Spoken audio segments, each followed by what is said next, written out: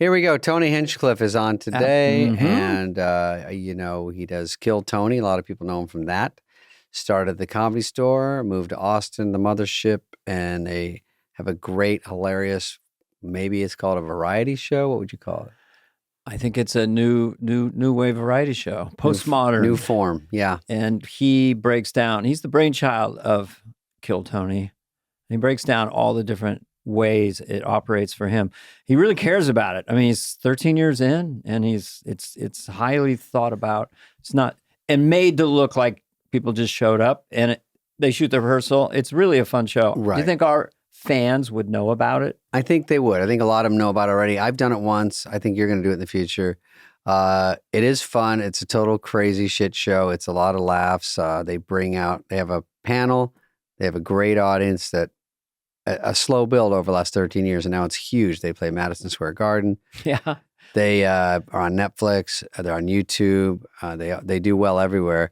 But there's a panel, and they usually have a guest comedian or someone, Shane Gillis, Kyle Donegan. We talk about that, and we also talk about how he accidentally got inside the 2024 presidential election and was for a while talked about as the person who might have tilted the election. Derailed, yeah. In a different way. And that's a really interesting story. He did a Puerto Rico joke. That's how some people might only know him, just from hearing about that. From the Madison Square Garden thing with Hulk Hogan and everything. He was in that, made a joke. It trended for weeks, and it was... got a lot of attention. For him. And then, and he'll tell you all about that. We won't give it away. But so here we go. We got Tony Hinchcliffe, very funny guy.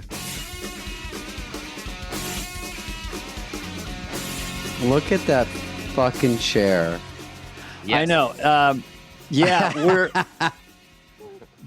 Is there an explanation? Well, I love it personally, but are you on a set? Or are you? No, this is the middle of my home. Actually, I finally made money after a decade and a half plus of really, really struggling, and I decided, you know what? If I'm gonna buy stuff for my home, I'm gonna do it crazy in the way that I've always imagined in the wildest dreams. Solid gold chair, first order business. Yeah, wow. I like that idea. Championship belt. That is I know. Is that UFC? Dana White? That's pro wrestling. That's WWE, the world heavyweight champion. Right, so we're catching you at a time because we ask people a lot sometimes because I'm curious about celebrity net worth and things like that. But the first time you make $1 million, or this is your first really grandiose grabbing something, this house, is this the first time? Yeah. Yep. First time. And it was not easy to get. It's in the middle of Austin, Texas. Okay. Yeah. Makes sense. Nice city, nice house. Love it. It's kind of fun when you can actually go look at something nice like that you never even thought you could look at. It's the wildest thing. There were all these real estate agents when I moved to town. I think they all thought that I already had a lot of money, but I didn't really. I got it here anyway. Well, we'll break that up. I don't want to push everybody away. No. We understand that. There's. It comes with a price. I mean, you're famous and you're wealthy, and there's stuff that happens. It's not a complaint. It's just an observation. But I'm just curious, what would. Like when I was coming through, I don't know, I got it for a little bit, then I didn't, but whatever. I wanted like a movie theater, recording studio, swimming pool, a half-court basketball. Jesus. I'm just clicking off things that I would be a really good swimming pool, like a great. I didn't realize. I thought you were a comedian and comedic actor. I didn't realize you were a rapper, Dana Carvey. Yeah, he has a rap album. Oh, I can rap. Give me a word. Lays down some beats. Give me a word. Or anything. Pepper. Yeah, pepper. See a leper. What you gonna say? Are you on an upper? Take yourself downtown. Don't wipe off that frown. Come on, man. Boy. You're like a Biff. You're like Tony Hinchcliffe. Yeah. Oh, Jesus. I got to jump off. I know it's terrible, but I had so much fun, and I liked your moves. But anyway, Tony, so you could put him right up on Kill Tony with that. I would love that. Dana comes out. I'm already planning. I'm planning because I want to come on as a character. I loved obviously Shane, and you have Kyle on there with his intense prosthetics. He looks with Elon Musk. Yeah.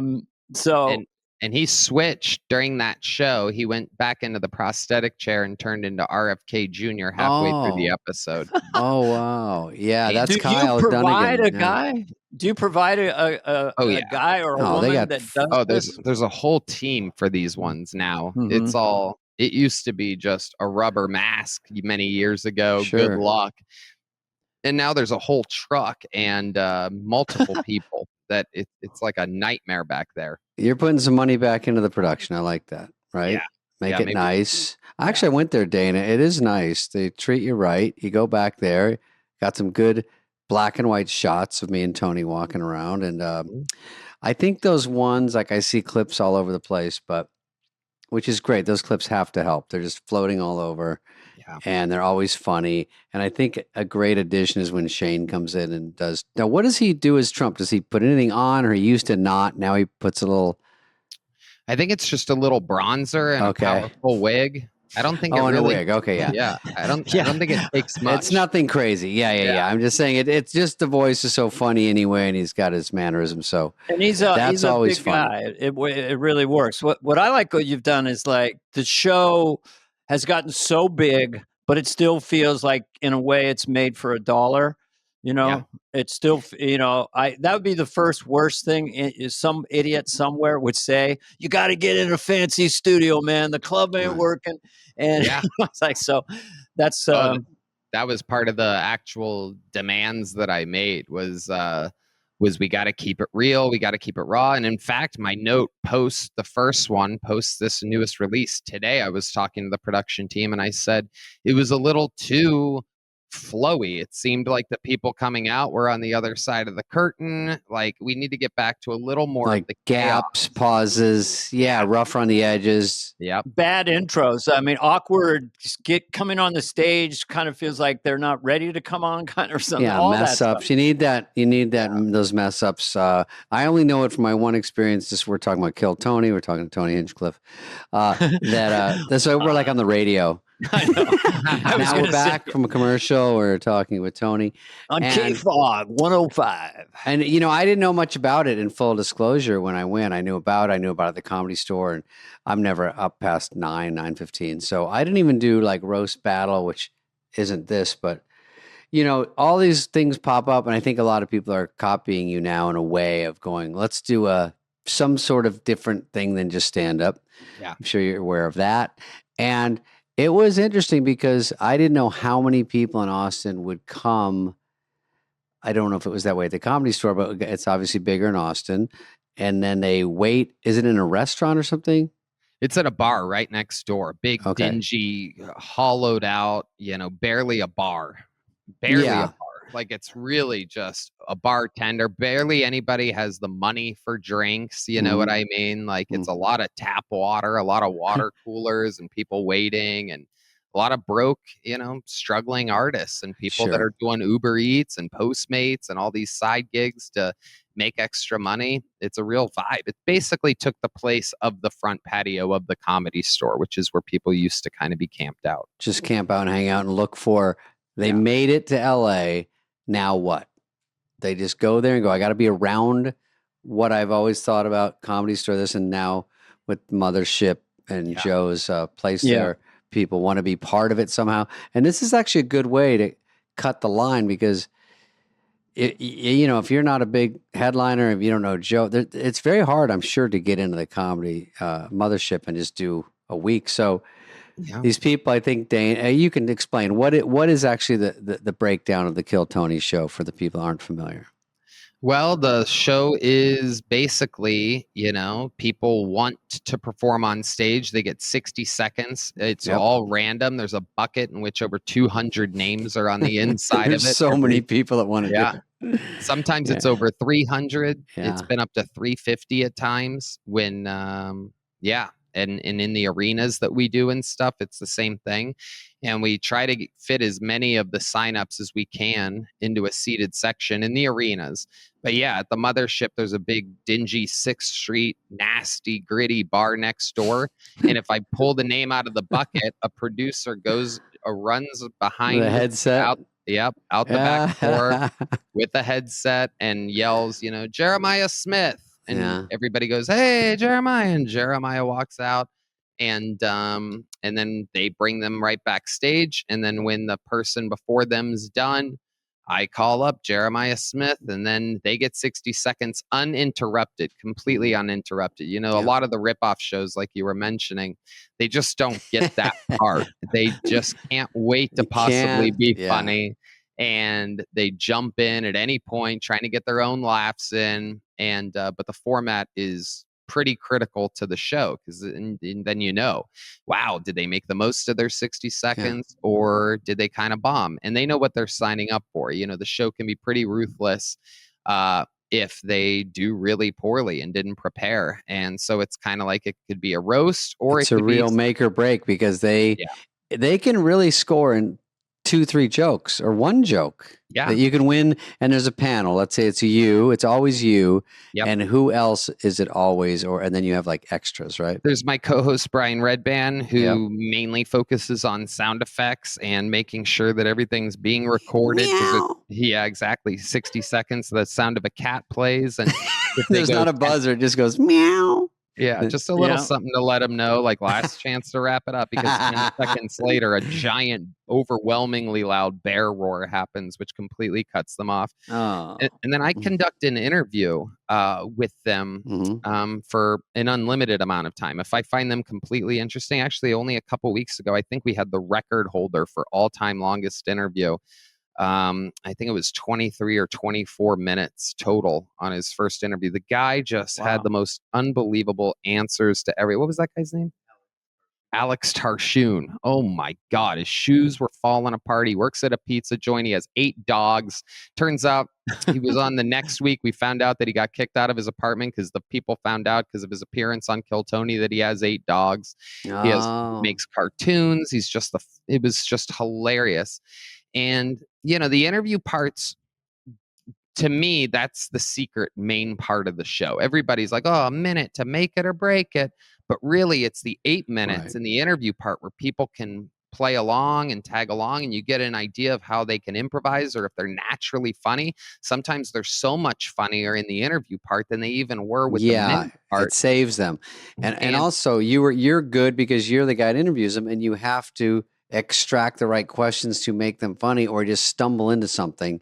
And when you do, my experience, I was there, you would come into something and then we would find out something, and then everyone yells, and then it's like, we hit something. Now let's jump on that. Exactly. And they can use that as material in their future and whatnot. And that's kind of what I'm digging for. I'm using my gut instincts to try to feel where there's something missing. Is it in their childhood? Is it in their dating life? Is it something they do for work? I was just telling somebody this the other day, and it kind of hit me where this thing comes from, because I was telling them, actually it was Carrot Top we just had on. And I was talking to him about how I used to fall asleep as a kid watching Letterman. I would put a towel under my door so that my angry, furious single mother wouldn't yell at me. And I would watch Letterman as a little kid. I would fall asleep to Letterman and I would stay up extra late, and I would wake up extra early to listen to old school Howard Stern on terrestrial radio.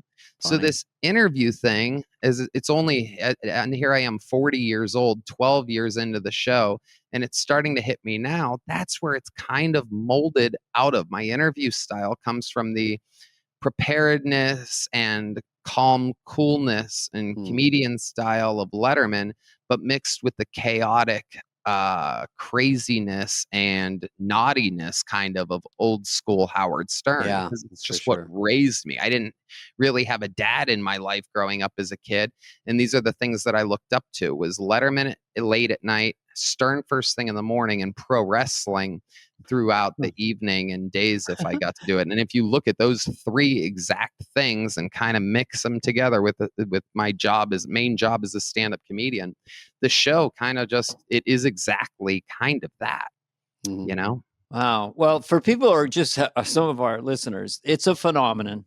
Yeah. And it's fascinating to me that usually every movie I've ever done, not many, but the behind the scenes was better than the movie, and you guys keep it like, it's like the green room. I mean, there is it's fascinating to me how you've casually put this together, but it seems to really come through you completely. The sensibility and all the decisions. I mean, I know you have partners and other people, but it seems to be you. And I love it because in old school show business, the only thing we had was the Gong Show that was like this. I don't know if you ever saw that, but it's not like your show, but it would be like an ancestor of it. And Letterman deconstructed late night in his own way, for sure. And then, of course, the sarcasm at Howard Stern's brilliance of that. And then being really curious, I think, when you're in that mindset and the person's there, and this is now a vulnerable thing. Maybe 13 years ago, but it's a big thing to be on Kill Tony and talking to you. And so I just was talking to David earlier, we walkie-talkie, and I said, you just have a real likability to you, even though the show you'd say, oh, it's mean or this and that. But there is a sweetness to the show. If you were not a nice guy, it wouldn't work. Right. They can sense that. So anyway, that's all I wanted to say. I'll see you guys tomorrow. Those are some of the best parts for me, is making the magical, or not making, because you can't even make them. It's almost like deep sea fishing, and you're just hoping sometimes that a perfect episode, like Monday's episode that we just taped, right? Let me just take you through this one because it's kind of a perfect example. Right. A few months ago, here I am getting stoned at my place in the afternoon, thinking, where are we going? What's the next, right? What's something that'll throw off the fans that have watched 730 episodes of this? They watch it every week. They see me and my homies doing it quite often. What's something that I could throw into the mix? And somehow, some way, one of the many messages that I've gotten recently from somebody's assistant or friend of an assistant or whatever is that, hey, Carrot Top might be interested in doing the show, who I've met a couple times before. So I'm like, hell yeah, that's perfect. This sounds crazy. Let's try it. So we exchange numbers and we talk on the phone. He's on his boat off the coast of Florida at the time. And, naturally, just like anybody or anything, we all want everybody to like us, right? Isn't that really the secret? We all want to have a mutual respect for one another. So here he is. He's got nothing to gain, right? He's on a fucking yacht off the coast of Florida. Yeah, he rakes in cash. Falling out of control. Yeah. Life is good. He doesn't need anything. But, people want to be part of the fun chaos of a modern show. So there I am talking to him, and he's going, you really want to have blah, blah, blah, blah? And I go, yeah. And, what if you brought like a trunk of props and kind of did some of your famous prop stuff throughout the show? And he's like, really? You sure? Like, I don't know. Like, I could just be a normal comedian and sit there. I go, yeah, you could, but we always do that. And our video and our cameras and everything is so good now. And we're at such a high level that we can really capture this. I think it could be great. And, we set it up, and he is kind of, I can feel the weariness at the time, right? Naturally, like, really, props? Is he setting me up? This and that kind of. I mean, he doesn't say that. I just kind of feel it. Yeah. You feel it like 4%.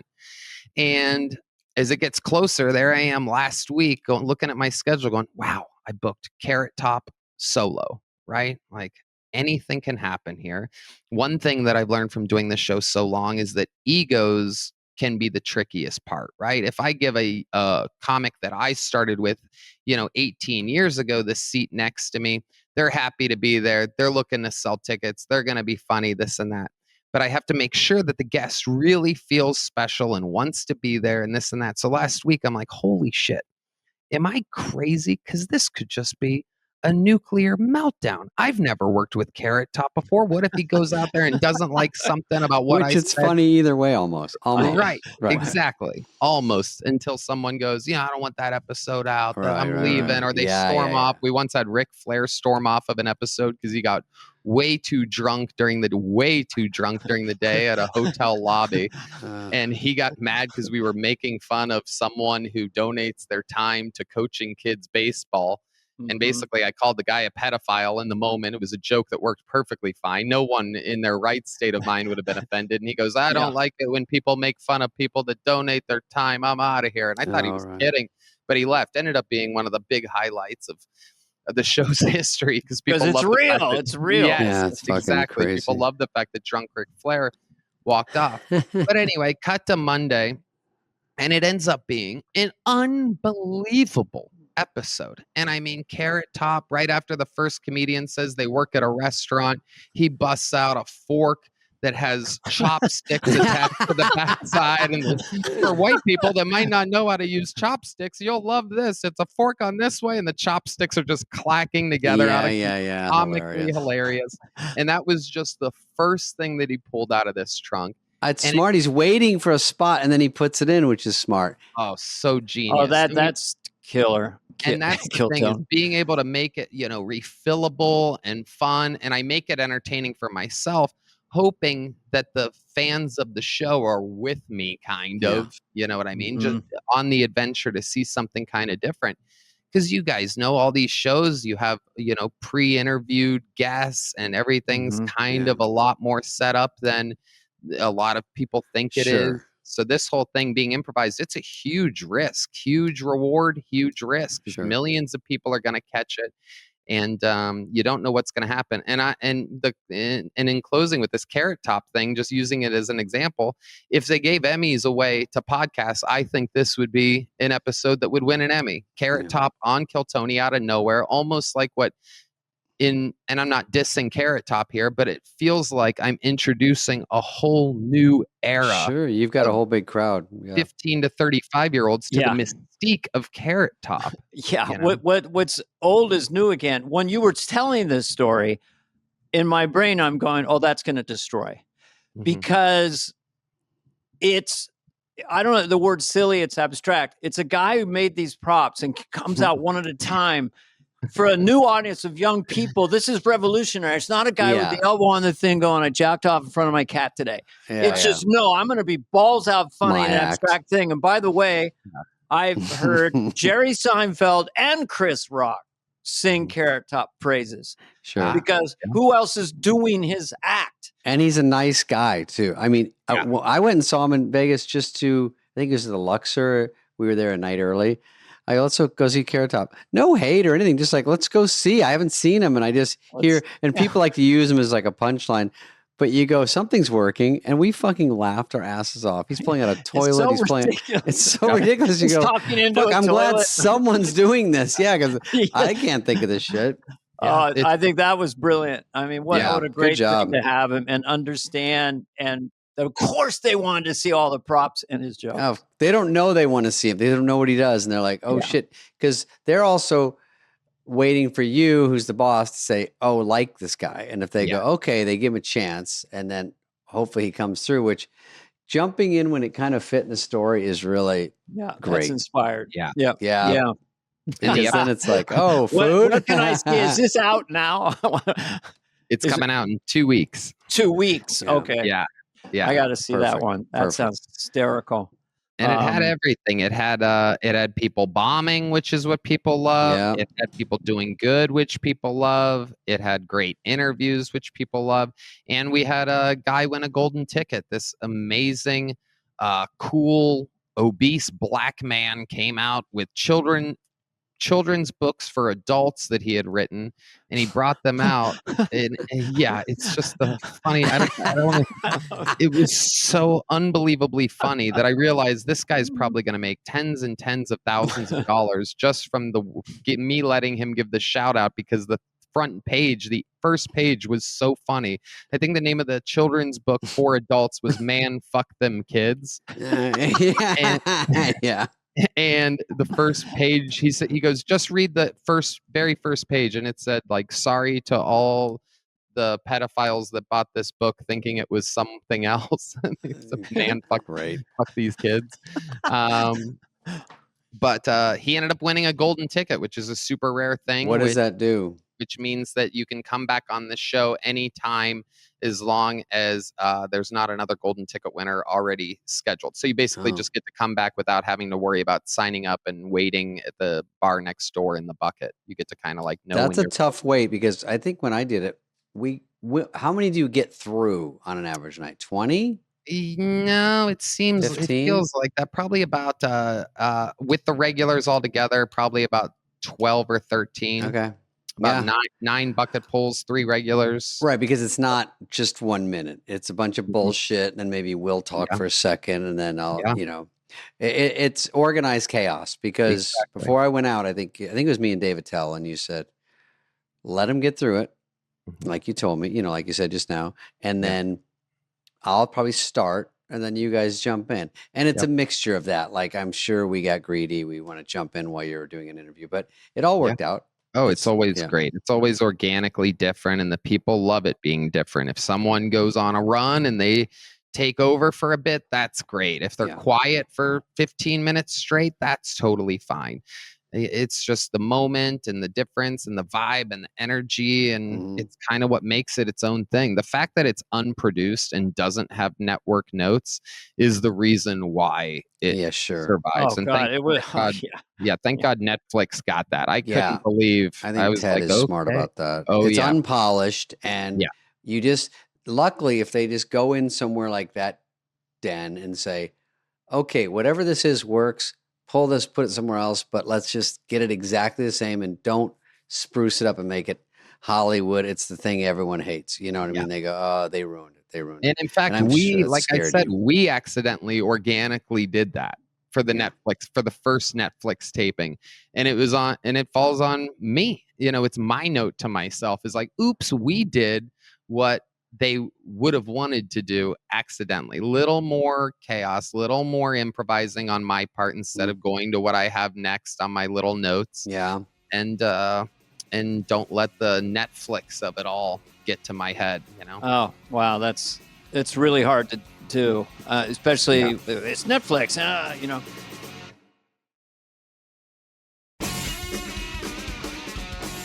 It's just very interesting to me that this new digital media, and it's been around for a while, but this show, it had to happen. If you weren't, it's so entertaining and so real. And the numbers, I don't know. Bert Kreischer was the first one we had on the podcast, and he kind of said it. Not, Bert's such a sweet guy, but he's like, "Oh, I get way more numbers, more people than the Today Show or any of these television shows." Mm-hmm. What are your numbers? Meaning YouTube, right? YouTube numbers, playing arenas, just all this energy around this. I don't know who is in this new. I don't call it a Rat Pack. There is sort of like there's Shane and you and Bert and Tom and the last 7-8 years creating their own ecosystem, their own universe. It's very cool to watch from someone who came from the 60s, the 70s.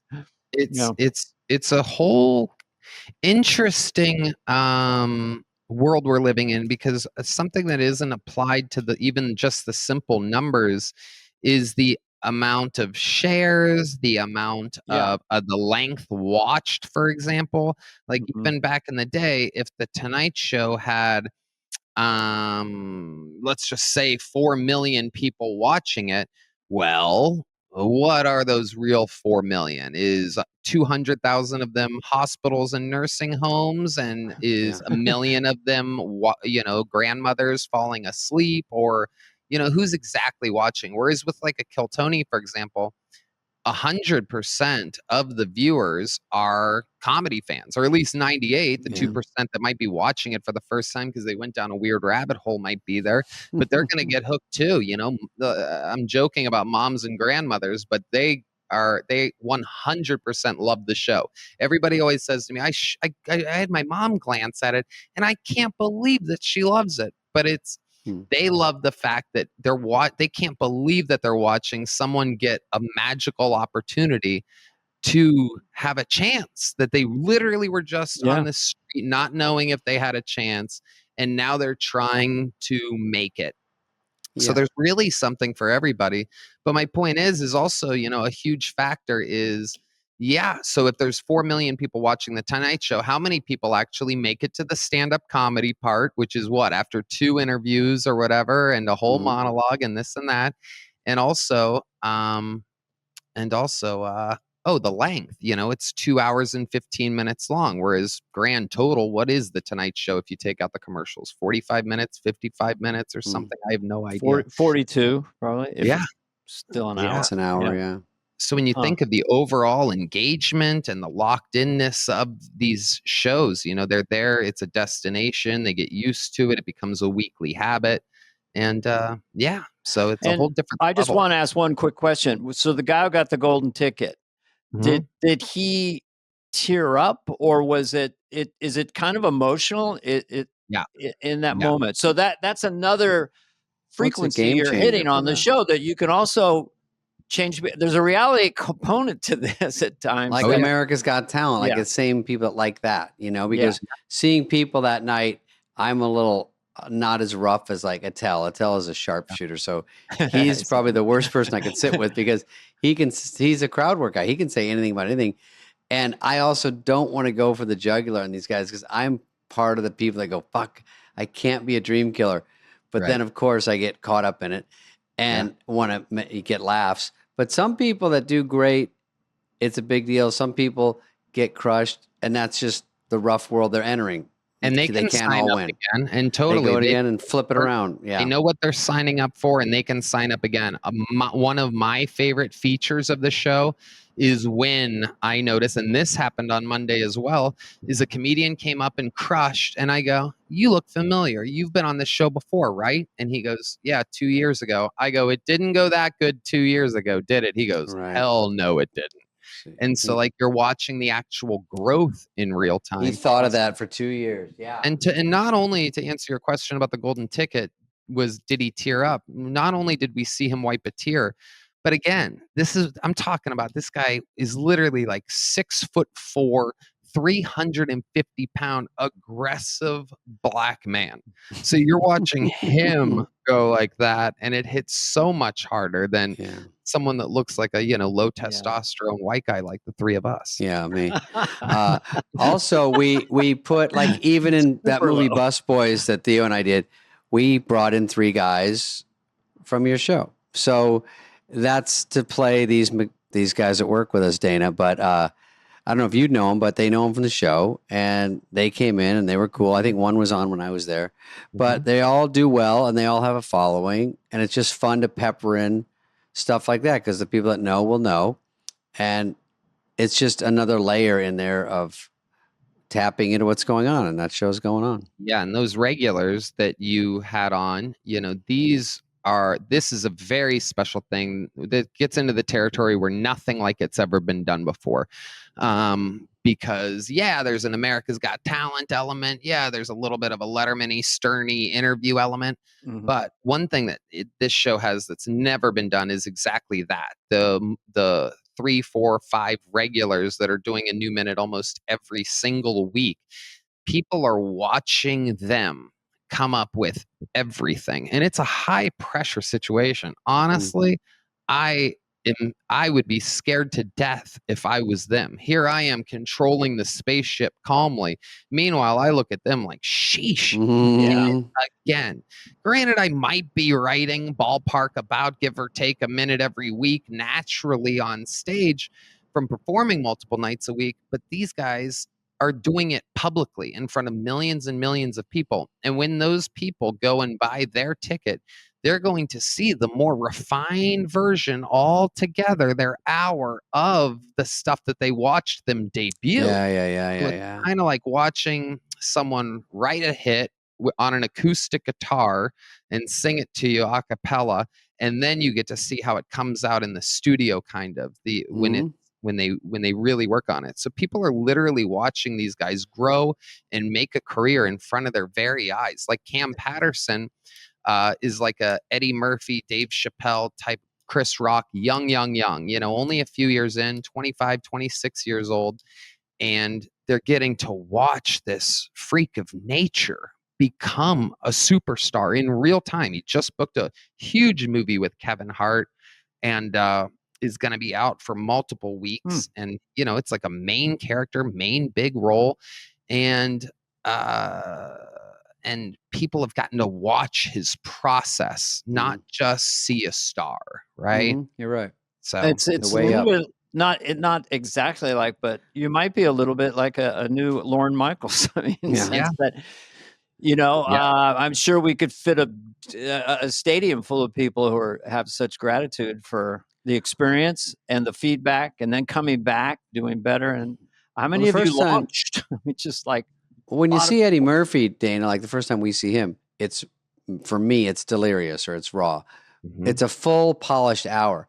So that you're like, holy shit, this guy's good. But if you can see he's good in 1 minute and then he comes back and he's good again, and then you're like, oh, is this a fluke? It's like writing a hit song over and over. It's hard to do even a minute, it's probably harder. Yeah. And let me remind you, some few with like a Cam Patterson, for example, very few, maybe one out of every 20 or 30 minutes is kind of rough. And immediately, as soon as the cat meows and that's my time, he goes, fuck, I hated that minute. That fucking sucked. I go, no, it's not bad. He goes, no, that fucking sucked, man. Yeah. So they get to see it.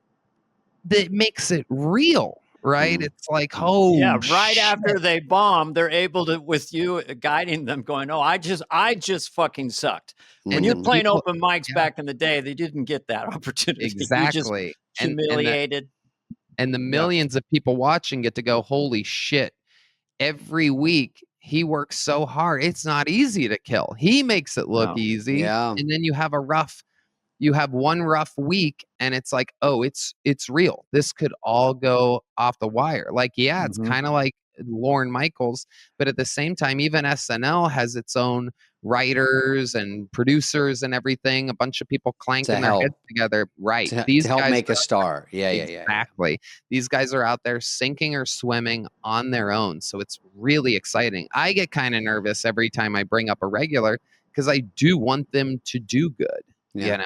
I want them to shine up. Cam's a nice kid, Dan. He's a good-looking kid. I saw him at the Improv the other night. Surprised to see him at the Improv in LA, but I guess he comes out here. And but all those guys do well. The one guy, the tall guy, was on Cameo. They make money too. Yeah, they're doing good. William Montgomery's one of the highest paid people on Cameo. Casey Rocket's all over on tour, nonstop work ethic, running around, super physical. Ari Maddie from Estonia is just destroying. One of truly the best stand-up comedians, and he's still kicking out a new minute every single week. In fact, he does this thing where he flexes on everybody because we let the regulars go as long as they want. They're not just limited to a minute. So he does a thing where he, like on Monday, dropped 2 minutes and 30 seconds just for the sake of the how long he wrote that bit. So it's really crazy what's going on. It's exciting because I get to be a fan of you just get to watch. You're right there. Yeah. I just have to insert this at this point. I've just learned a hell of a lot about your show. Yeah. And I admire it on all, and how many frequencies, I started to use that again, or metrics it operates on, and feeding into why it is such a success. You go, oh, they go up and these comedians bomb and they shit on them. I don't know. It's just completely comprehensive. I just want to say that I was in Vegas. I was at the Wynn Hotel. I was playing a private date. And across the way, out the window, I was way on a high floor. Every 10 minutes early in the evening, I would see you 100 feet tall. The whole side of the Resorts building. International. I don't know how big a room, but you were just playing there, right? So just for a second, how's your stand-up career going? It's a whole other side thing. You're playing at big rooms. I mean, I've never had more fun. All the stuff that I've worked on, and I joke about it now in the hour, is like, I always, when everything was I've always liked to, how do I say this in a non-corny way? I like corny. I like the idea of pushing the crowd away and then having to win them back over and touch on really, really, you know, racial issues and you know, sometimes what would be considered stuff that could get someone in trouble. And I focused on that throughout the entire pandemic. You know, when I found out I could move to Texas and be back to performing indoors rather than, you know, outside in Los Angeles with cars 6 feet apart from one another. And that Supernova gig, that one. Yeah. Magic Castle. Yeah. Yeah. Terrible. And I focused on all this, even though it looked like Netflix and a lot of things were going cleaner and more, you know, if you want to be successful, you gotta be, you know, mainstream or whatever. And I really doubled down and focused on, you know, what I wanted to talk about, and even the stuff that happened with the Trump rally a few months ago. Like, it's all applied now, and it gives me kind of permission, it feels, with my stand-up to really, really, really finally, after 18 years, talk about the type of stuff that I want to talk about. And they kind of know what they're getting. Even that Trump thing, which did you ever think if he lost somehow that people would be coming after you for that? Oh yeah. I know for a fact. I actually found out from the administration a few days before the election. I was in communication with them the entire time. And on the Sunday morning before the election, I woke up to a text message that said, "Call me when you can." And I looked at the time. It was sent at 6:15 a.m. from the guy that booked me for the Trump roast, a high-level advisor in the camp, like that's at all the meetings and everything. And I just knew it wasn't good. And I called him, and he goes, "Hey man, just to let you know, because the press writes their stuff up before it happens, before the election, they write it up. This is what we're going to put out if Trump wins with the actual statistics. This is what we're going to put out if Kamala wins with the actual statistics." And he goes, "Just to let you know, the press already has it written up. If Trump loses, they are totally 100% going to blame you and I." Now, I work in politics, so my career is going to be totally over. I don't know how it's going to work for you as a comedian. And I'm literally like, oh, fuck, because now what? Now I've lost. Now I've lost basically everyone, the Republicans and the Democrats. I'm stuck with literally the 6,000 people in the country that truly don't give a fuck about anything at all. You got that crowd still. I remember this well. I'm glad you brought it up, because I wanted to talk to you about it, and you kind of, I understand it now, but it was like for about 2-3 weeks, your name was really everywhere.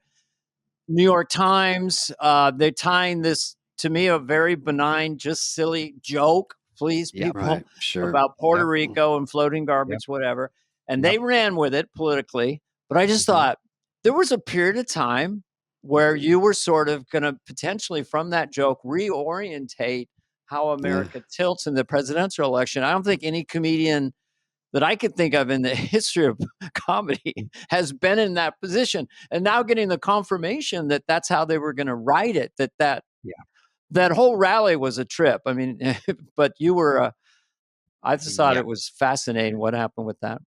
Yeah, the plan was to just go out there and kind of have fun and be part of this wild gang of kind of, you know, I don't know. I'm sure a lot of people aren't going to like any part of what I'm saying.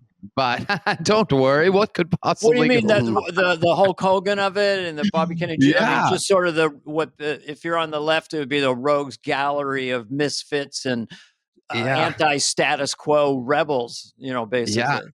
Yeah. And it wasn't exactly how I expected it to go. They had me cold open right after the national anthem, which, if you know anything about my comedy style, literally, I don't cold open anyone's show. And mine, nobody's. That would be crazy to do, especially at a political rally, especially with the lights all the way up, which isn't exactly for some reason how I pictured it. And I mean, audience completely lit all the way to the rafters, Madison Square You're Garden. like in a grocery store, basically. You need to dim it down. I don't want to see after the front row, but you go, oh, so this is The lights are staying like this. Okay, I go on now. All right. Yep.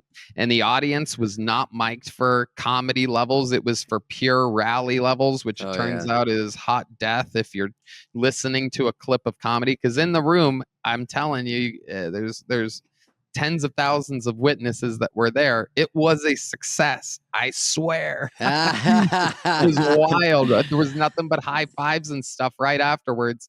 And then it didn't take long. It was so live. Before you go, wait a second. Oh yeah. Some narrative got developed that you bombed or something. Was that what happened? I was backstage looking at the monitors. There's like a whole crew of, you know, it's like Hogan walks by, Dr. Phil's fucking fist pumping Rudy Giuliani. It's Donald Trump Jr. next to me. And I said to him, I go to Don Jr., I said, man, I think this is like becoming a news story. They're focusing in on this one joke I made about Puerto Rico. And he goes, does it seem like they're outraged? And I go, yeah. He goes, welcome to the team. And I realized right then, I'm like, oh yeah, they've been bashing Elon Musk, calling him a Nazi and all of this crazy stuff for a guy that gives free Wi-Fi to the poor parts of the world, builds electric cars for 100% of everybody, and this and that and everything. Rogan, one of the nicest people that I've never seen anyone help more people in the world than Joe Rogan. And meanwhile, he's a Nazi, that's a racist, a right wing, far right wing. And I'm like, oh my God, I'm that now? This is crazy. I'm a pot smoking, pro-choice, anti-war centrist. There's no way. But they really throw Nazi around. It loses a little of its luster when you just use it every single day. You start to go, wait, what is it again? It used to be a real stab, and now you go, I guess people just use it. Kids use it now. Now, according to a lot of people, 53% of the popular vote of the country is Nazis, I guess. So what a world we're living in, where 53% of the people can be labeled Nazis.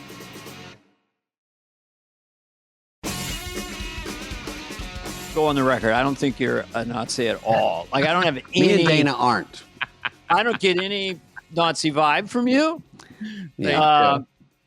There's other vibes I get. No, I'm just kidding. But it is a fascinating world. I don't think I always say this. We got the wheel, we got fire, we got the printing press, we got this, we got nukes, we got nothing prepared us for social media. And if the world does end and they're digging through the rubble, they'll find a little box, and all they'll hear is a voice go, Zuckerberg. Yeah. It is not literally him. It's all social media, but the news comes from social media now. Like, it happens there first. The news was reporting outrage about a joke because of the tweet that came out that said racist speaker at racist rally had this to say about Puerto Rico. Not comedian, speaker, not joke, comment. Right. You know, the way they label these things. And if you don't know me, it sounds right. And that's the first a lot of people saw of you. Yeah. For sure. Yeah. That's but the people that didn't, with that said, and this is kind of where I think this backfired for the mainstream media and whatnot, where it backfired is I don't think they counted on, because I'm not, at the time especially, wasn't considered a mainstream guy. You know, I don't think they factored in the power of Kill Tony, the millions and millions of people, and the millions and millions of people that watched the most watched program of the year last year, which was the roast of Tom Brady. So when they called me a speaker and said that I had racist comments, I think a lot of people, and I know for a fact a lot of people go, wait a second. I think a lot of people realize the news can be extremely tilted by this exact instance, because a lot of people are I saw him be more racist on the roast of Tom Brady. He called a black lesbian a da-da-da-da and a this and a that and a whatever. You know, it's kind of what I go for. And they're like, that's what he does. So, you know, it's out of place comedy. The same in that thing. situation. The news cycle has changed, and the networks and the traditional outlets had monopolies, and then they could cancel someone and shit on them, and there was no place really to go. And now immediately you can go on Joe Rogan or wherever and set the record straight. Yeah, I taped another episode of Kill Tony less than 24 hours after that rally, and I was the news at that point. I mean, it was me all day. My guests canceled on me that day. I had some big guests that came in from Los Angeles for it, but again, the real comedians here, the real stand-ups, can't wait to be on that episode, and it ended up paying off big time for them because it was an extra wacky episode. Because extra tune in, and also the people hear the joke go, well, he's doing a joke, even though it's race related. There's a lot of jokes out there that are just poking fun of stuff. Doesn't mean you're a hater. There's Puerto Rico, there's pollution in the ocean. It was just a connection of a joke. It wasn't like sitting around, I got to make a joke about Puerto Rico. I hate that. Yeah. Wasn't that. And the thing that happens when someone when they focus in on a single clip is that you're missing out on the fact that, I totally 100% made a point to make fun of everybody. Latinos, whites, blacks, Israel, Palestine, my own mother. Strategically, that was part of the tone of the thing. It was supposed to be about free speech and how we can make fun of everything. And that's another thing that kind of happened is a lot of people saw, wow, this campaign might be the one with kind of a sense of humor. Even though did you have dogs are different than cats bit in your back pocket? I have one I can lend you. Just in case. No, but I did have one about eating dogs and cats, and I'm not even kidding you. That was actually in it too. They're eating the dogs, they're eating the cats. Of course you have a bit. I love the freedom. I'm not in the world. My brand is something very different in what I do. But I laugh my ass off at your stuff. And when I'm behind the scenes with comedians, we're all doing stuff like that. It's the only way to make comedians laugh behind the scenes is something shocking, something so foul or incorrect that you just laugh. And of course, in the room, everyone knows there's nothing behind it. It's just because you're not supposed to say it. And so even in a good comedy crowd, if you're in a good comedy club and that's like a secret place to do all this stuff, you can even get oohs and ahs, and but they still think it's funny. But outside of that safety net, it seems weird that people can take it wrong or pretend to take it wrong and really go after you. Right. Exactly. Yeah. And we all get it. We get it. If it's a politician or a lawyer or someone like that doing that, that's outside the parameters of their thing. Like them doing that would be kind of crazy. Sure. Well, for me, I could only do for a while Western European white males, as far as voices, like Swedes or French or whatever. And I couldn't do South America or Asia or India, but I'm working my way east, doing some Mediterranean accents and working my way slowly back toward India. And I will eventually, on this podcast, I do a Japanese man suffering an earthquake. And that's been okay. Do you want to show it to him real quick? Yeah, what does that sound like? I got to hear it. Actually, this is fly on the wall. Yeah, do it. Japanese man on the phone with his friend, and an earthquake happens. Be like, I don't have a phone, but what are you doing? Oh, it's all the Oh, so good. Oh, so this go sa. Oh, it's a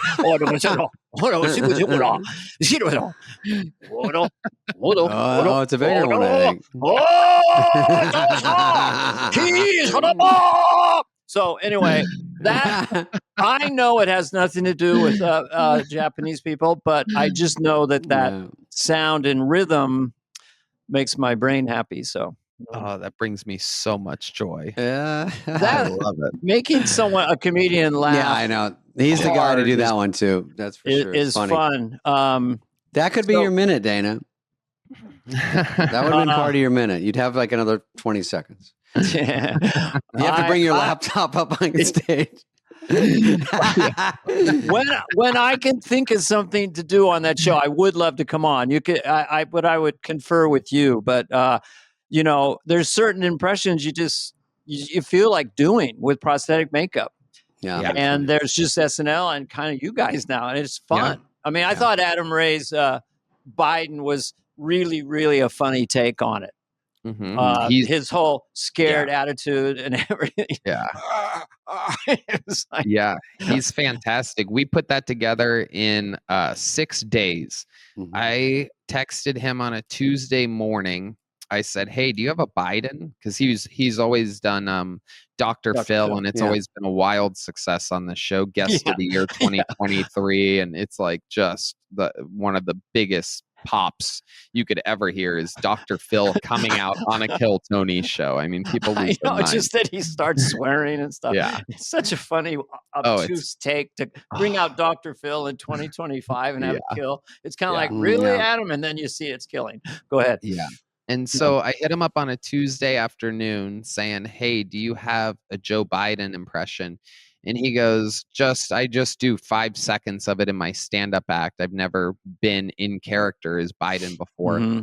And I go, "What are you doing Monday?" He goes, "Oh, let's go. Let's do it." Because like at the time they were having debates and stuff, Biden and Trump.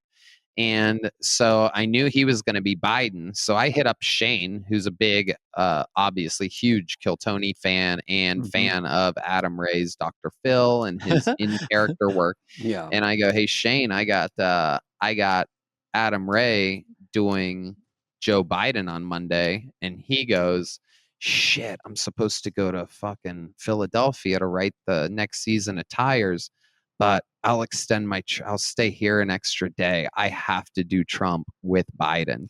And so it's so fun how these things come together. It's literally like they want to be there. They want to do it. They want to collaborate with each other. It's not like a job at all. It's like a jam session. It's fun. Shane's such a home run hitter too, and go out there and perfect to have them both. I'll tell you the purity of it, because they're seated side by side and they're facing out to the audience. They're not, you didn't build a set. There's not movement walking. It's just they're in character, just going forward. And again, it feels loose, you know. And they kind of wait to have something funny to say. They wait. And then if they have something, they jump in. Or what do you think of that, Trump? I mean, that's hard to do. It's hard to be funny, be in an impression, and ad-lib off what's going on right that second. It's just they were having so much fun, and it was Shane is second to none. He sees things on multiple levels like nobody else. There's a guy during that episode, I go, "What do you do?" He goes, "I work at Trader Joe's." He goes, "That's what we call this guy, Trader Joe." And it's like everyone's putting that together going, "Oh shit, good one." In a second. I mean,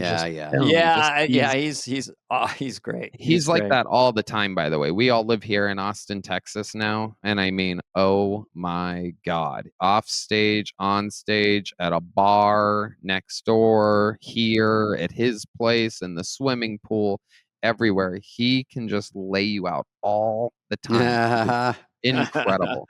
I'm jealous. That sounds fun. He's a freak. Just swimming sounds fun. Yeah. Anyway, anything else for this young man, Dana? I think we did a good job. I thought it was very interesting interview. I think for a lot of people who maybe only know you from the Madison Square Garden thing will be like, "Hey," just all I can say is, really, congratulations. I know it sounds corny, but it's not easy. To make it in show business. It's not easy to take control and create something like this and buy a house that I did get it online. I mean, it's 1,100 square feet, which is shocking to me. That's all. And does not have a pool yet. He's waiting. But anyway, just congratulations. It's an incredible achievement, and you're just in the pocket, and no one's fucking with you, and no one's telling you what to do. So.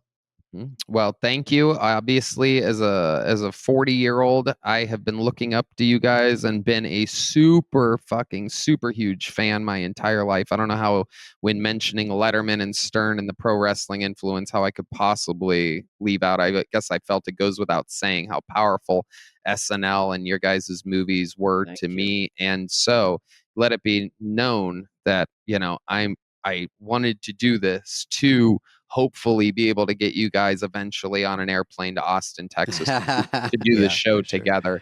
It would be monumental. That would be fun if we did definitely we're gonna do it. We would love it. I Get can't those wait. kids. So I'll be bothering you guys for that. And Tony, my waitress this morning had just seen you, brought you up organically, did not know anything about this. And I think maybe the Honda Center, maybe she just saw you somewhere. I don't know where, but she had high praise. So good job on just doing stand up on top of doing everything else. Yeah. And we'll see you soon, bud. Thank you for coming on. Guys, a real honor and a pleasure. Have a great day. Pleasure. Thank you. Thanks. All right. Thanks, Take Tony. care, guys. Nice to meet you, Dana. This has been a presentation of Audacy. Please follow, subscribe, leave a like, a review, all this stuff. Smash that button, whatever it is, wherever you get your podcasts. Fly on the Wall is executive produced by Dana Carvey and David Spade, Jenna Weiss Berman of Audacy, and Heather Santoro. The show's lead producer is Greg Holtzman.